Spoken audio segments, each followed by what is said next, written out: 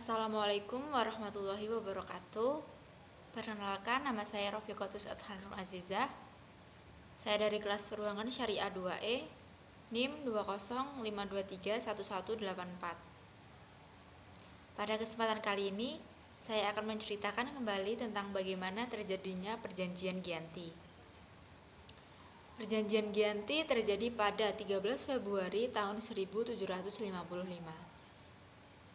Perjanjian ini lahir sebagai sebuah kesepakatan segitiga politik antara Pakubuwono III, Mangkubumi, dan VOC.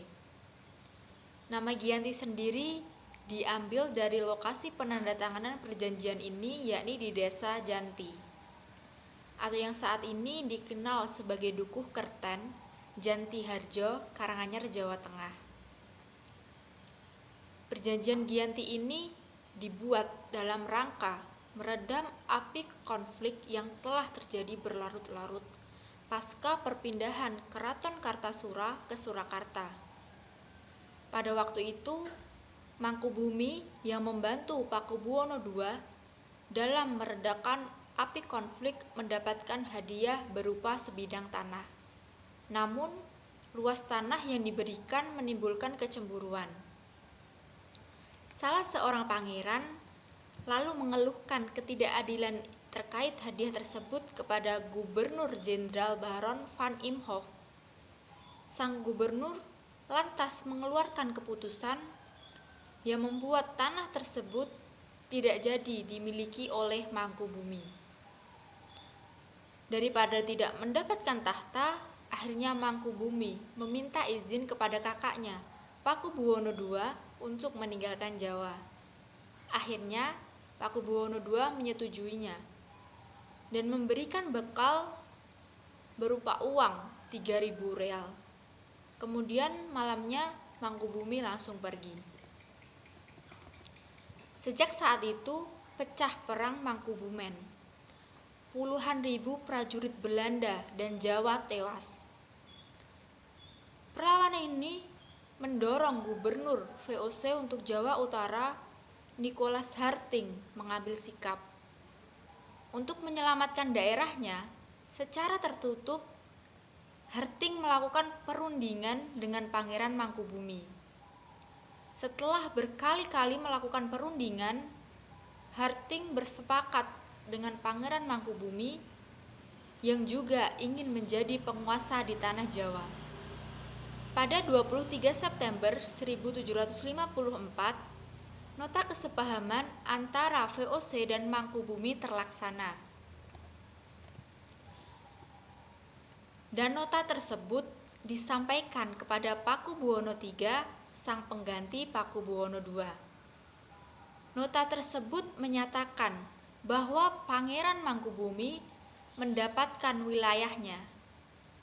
Pada 4 November 1754, Pakubuwono III menyatakan persetujuannya terhadap hasil perundingan Gubernur Jawa Utara dengan Mangkubumi. Surat pernyataan itu disampaikan oleh Pakubuwono III kepada Gubernur Jenderal VOC Jacob Mosel. Kesepakatan itu mendorong terjadinya sebuah perjanjian besar yang ditandatangani di Desa Giyanti, beberapa kilometer di sebelah timur utara Surakarta. Penandatanganan perjanjian Giyanti ini menjadi pangkal dari terbelahnya tanah Jawa menjadi dua bagian, atau yang dikenal dengan istilah Palihan Nagari. Hal ini menjadi awal mula naik tahtanya Mangkubumi di Yogyakarta sebagai Sri Sultan Hamengkubuwono I dengan gelar Senopati Ingalogo Sayyidin Panatogomo Khalifatullah. Sejak ditandatangani perjanjian tersebut pada 13 Februari 1755, lalu 2 hari kemudian, tepatnya tanggal 15 Februari 1755, ada pertemuan untuk meneruskan bagian aspek atribut-atribut keraton antara lain keris, bahasa, tari. Akan tetapi, keterbelahan masyarakat Jawa tidak terjadi seketika selepas Perjanjian Giyanti. Proses pembagian wilayah dan juga aspek-aspek lain seperti bahasa mengalami proses panjang yang berjalan seiring waktu. Perjanjian Giyanti yang tidak merinci pembagian wilayah pada akhirnya menimbulkan rentetan-rentetan peristiwa yang mengakibatkan kecenderungan konflik di antara kedua kerajaan itu. Di dalam Perjanjian Giyanti terdapat 9 pasal. Pasal pertama yaitu Pangeran Mangkubumi diangkat sebagai Sultan dengan gelar Hamengkubuwono I pada separuh wilayah Kesultanan Mataram dengan hak turun-temurun yang didapatkan pada pewarisnya. Pasal 2, selalu diusahakan adanya kerjasama antara rakyat yang berada di bawah kekuasaan VOC dengan rakyat di bawah pemerintahan kesultanan. Pasal ketiga, sebelum Pepatih Dalem atau para pemegang kekuasaan eksekutif sehari-hari dan bupati-bupati mulai melaksanakan tugas masing-masing, mereka harus bersumpah setia kepada VOC. Pasal 4, Sultan tidak dapat mengangkat atau memberhentikan Pepatih Dalem dan Bupati tanpa persetujuan VOC. Pasal kelima, Sultan harus selalu memberikan bantuan dan kerjasama kepada VOC dan mengampuni Bupati yang memihak VOC dalam peperangan.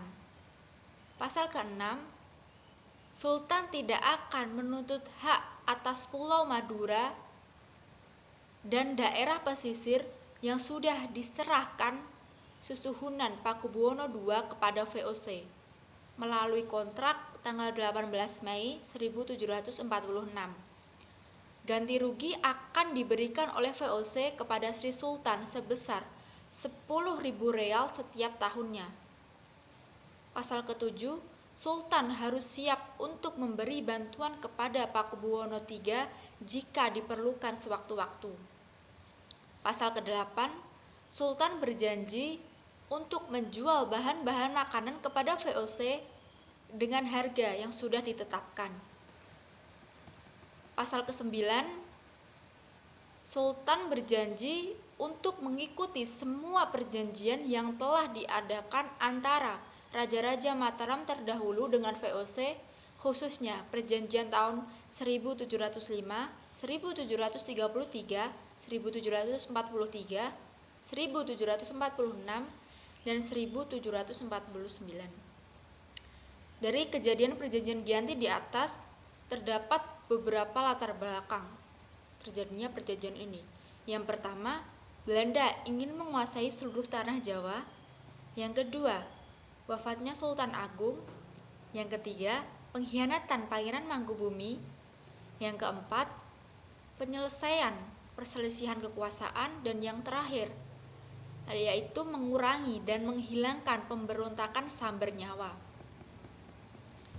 Sementara itu, pasca perjanjian Giyanti, Raden Mas Said atau Pangeran Samber Nyawa yang dahulu membantu Pangeran Mangkubumi masih terus melakukan pemberontakan. Pangeran Samber Nyawa juga turut menuntut hak sebagai penguasa wilayah. Dalam gerakannya pada Oktober 1755, Pangeran Samber Nyawa berhasil mengalahkan satu kelompok VOC. Kemudian pada Februari 1756, ia juga hampir membakar keraton yang baru saja didirikan di Yogyakarta. Setelah perang bertahun-tahun, VOC akhirnya menyudahinya dengan penandatanganan Perjanjian Salatiga pada 1757. Perjanjian ini membuat Jawa kembali terbagi.